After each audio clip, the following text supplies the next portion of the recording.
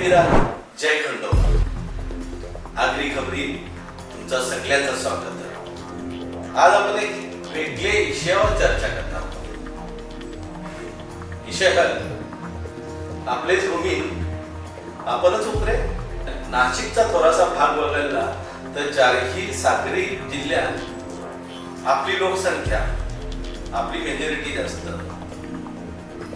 तरी बी आपले चारही जिल्ह्यात इतर लोकप्रतिनिधी जास्त का, आपलं लोकप्रतिनिधी कमी का? आपले व्यतिरिक्त लोकप्रतिनिधी बाहेरच का?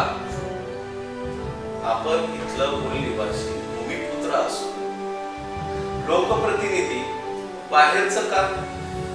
मुंबई शहर उपनगरात 6 जागा लोकसभेच्या, 36 जागा विधानसभेच्या.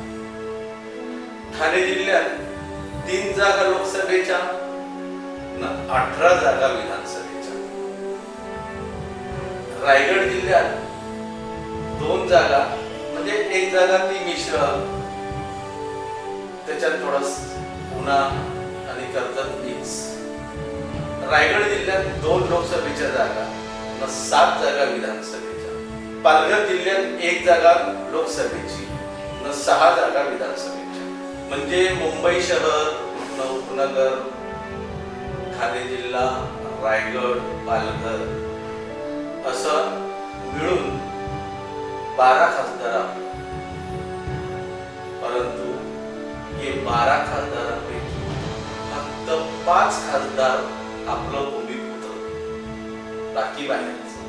67 जागा विधानसभेच्या, म्हणजे 67 आमदार. यापैकी फक्त 18 आमदार आपलं मूळ निवासी भूमिपुत्र, बाकी सगळं बाहेरच. योजला आमदार खासदारांचा हिशोब. आता आपण नगर शहरांची करतो. मुंबई महानगरपालिका, ठाणे महानगरपालिका, कल्याण डोंबिवली महानगरपालिका, नवी मुंबई महानगरपालिका, भिवंडी निजामपूर महानगरपालिका, वसई विरार महानगरपालिका, पनवेल महानगरपालिका, अशा सगळ्या महानगरपालिका, नगरपालिका या आपलं नगरसेवक.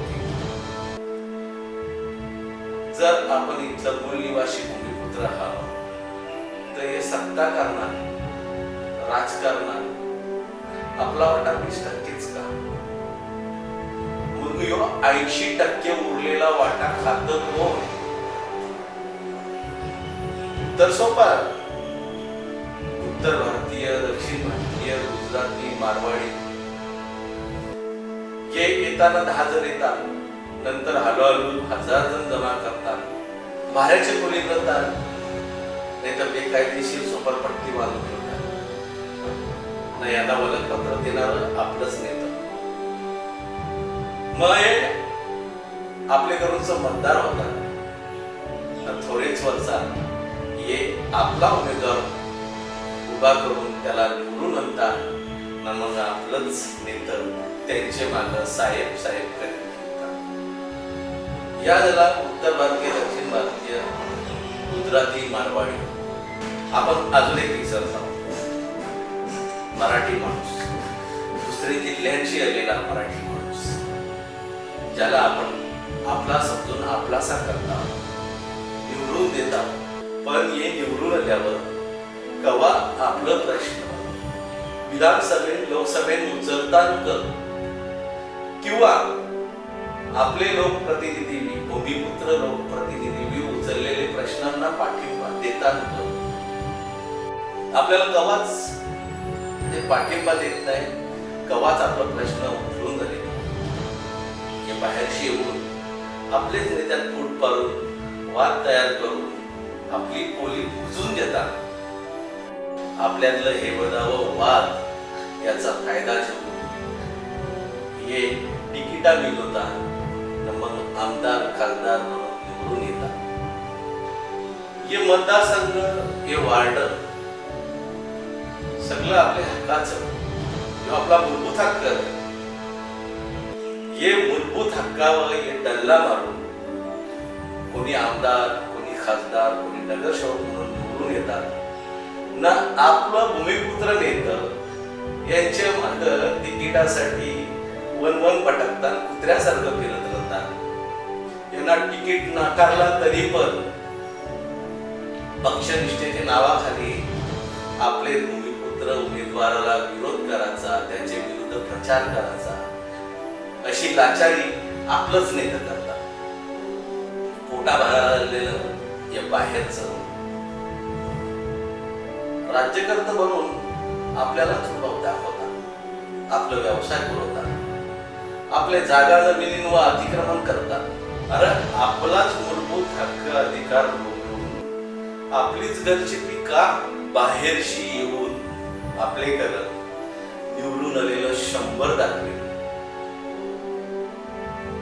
बाहेर जाऊन बाहेरचे राज्यात, बाहेरचे जिल्ह्यात निवडून आलेला आपला भूमिपुत्र एक दाखवा, आपला इथला साधा बोला भूमिपुत्र. तेव्हाच तुमचा हक्क अधिकार रोखून घेणार नाही. खरा बघायला गेला ना तर दुसरे राज्यात, दुसरे जिल्ह्यात आपल्याला उमेदवार म्हणून स्वीकारणारच नाही. मग आपले करत येणार का? पण आता या नाही चालणार. आपले भूमी पहिला हक्क अधिकार आपला, वार्ड आपलं, मतदारसंघ आपलं, मग उमेदवार बी आपलाच. विचार करा, जर 12 पैकी 10 खासदार आपलं, 67 पैकी 50 आमदार जर आपला असतील, तर हे विधानसभेत लोकसभेत आपली ताकद का असावी? आपला प्रत्येक प्रश्न सुटल, आपले प्रत्येक मागणीला पाठिंबा भेटेल, आपलं प्रश्न आपाप सुटतील. पण तसं नाही. कवा असं वाटतं आपले जमीन आपण नावाला उरल्यावर का, आपले जमीन आपण उपरे झाल्यावर का, कोणी पण यावा आणि टिकोरी वाजवून आपल्याला धमकी द्यावा, आपले जीवावर निवडून यावा ना, आपलाच अस्तित्व खपवायला जावा. इंटरनेटचे युगात आताचे जान जवान जेनची पोरापोरींना या सगळा समजतं. पण त्यांनी जरा काही प्रयत्न केला राजकारणात उतराचा तर पहिला विरोध होता आपल्या गावांचेच नेत्याचा. त्यांच्यावर दबाव आणला जातो, त्यांना हरवलं जातं. जर नाही ऐकलं तर खोटे गुन्ह्यात त्यांना अडकवायचा प्रयत्न केला जातो.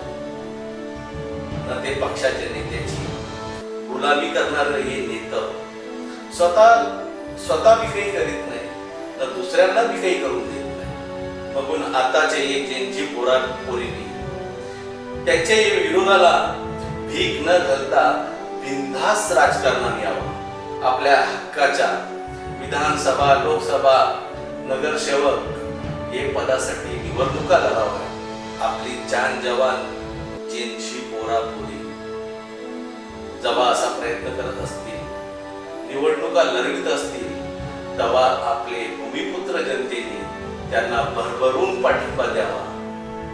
शहरीकरणाच्या नावाखाली, प्रकल्पांच्या नावाखाली सरकारने आपल्या जमिनी लुटून आपल्याला भूमिहीन तर केलेलाच. पण आता आपला अस्तित्व टिकवायचा असेल तर आपल्याला आता ही लढाई लढायलाच लागल, ही लढाई जिंकायलाच लागल. जय भूमी.